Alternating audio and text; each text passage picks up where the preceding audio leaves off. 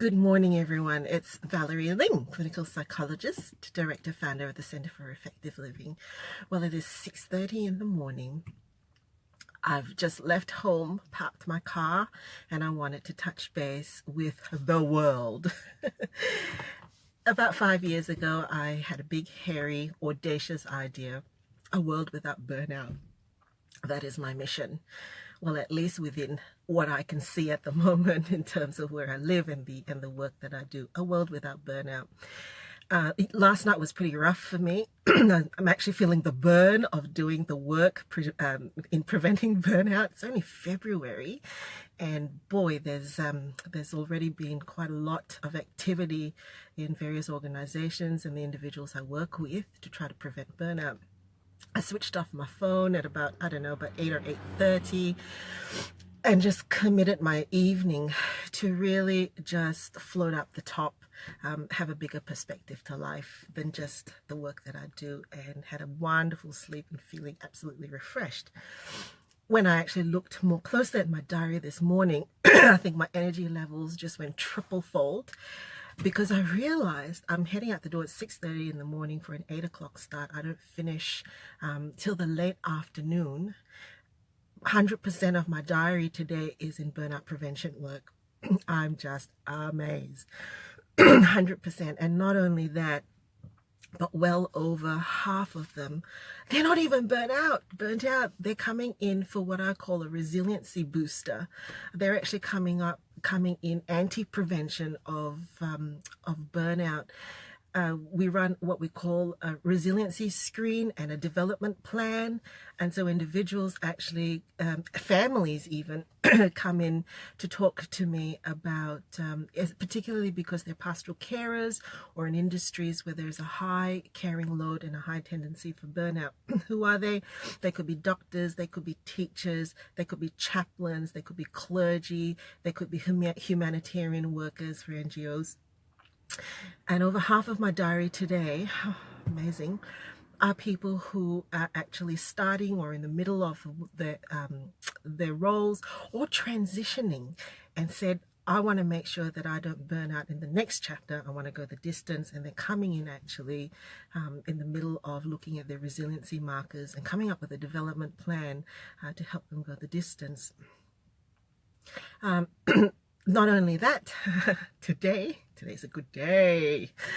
I've also got on my caseload people who have come in from agencies who they have actually worked overseas in humanitarian roles, and who in countries where the real wear and tear on their psychology is very, very high.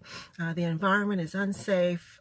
It's inherently full of traumatic risks, and the impact and the demands that workers like these have to actually remain resilient and afloat are very high. And I've got a couple of those on my load as well today, coming in for just standard debriefs, meaning that we recognize that because the environment and the work is inherently full of incredible stresses, just coming in for periodic debriefs to talk about critical incidences, to actually fully debrief those situations, pick up any trauma cues that might be lingering, and also check on their resiliency markers and to see what they need for the next chapter going in. So it's an incredible day for me today. When I started this message about 5 years ago, I almost gave up quite a few times. Almost every year at the beginning of the year, I'd say, oh my gosh, it's too hard.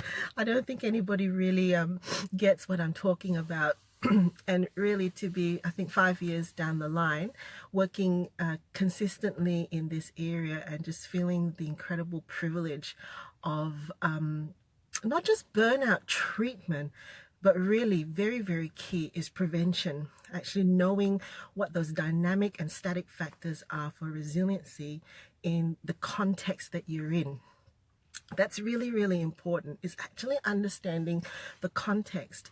So these days, I'm actually called upon to work at strategic level, either with an organization or to run workshops and seminars specifically for the context where I'm able to actually do some research into the industry, into the context, and pick up on the burnout factors and pick up on research and literature for what actually keeps things resilient.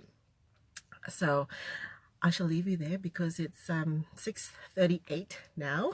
I need to get on my way. I've got some little pit stops that I make along the way just to keep me afloat before my destination as well. So I'll leave you with that thought. A world without burnout, is it possible? And if you're in any one of those caring industries or industries or you're in a role where you're actually starting to feel the burn of burnout, don't wait. I've seen the benefits of doing this stuff upstream. I've seen the benefits of actually being proactive, and I've seen the benefits of actually being able to go the distance when you know what's actually your next little rock or pebble that's going to stumble you before even the big boulders come. Have a great day. Bye.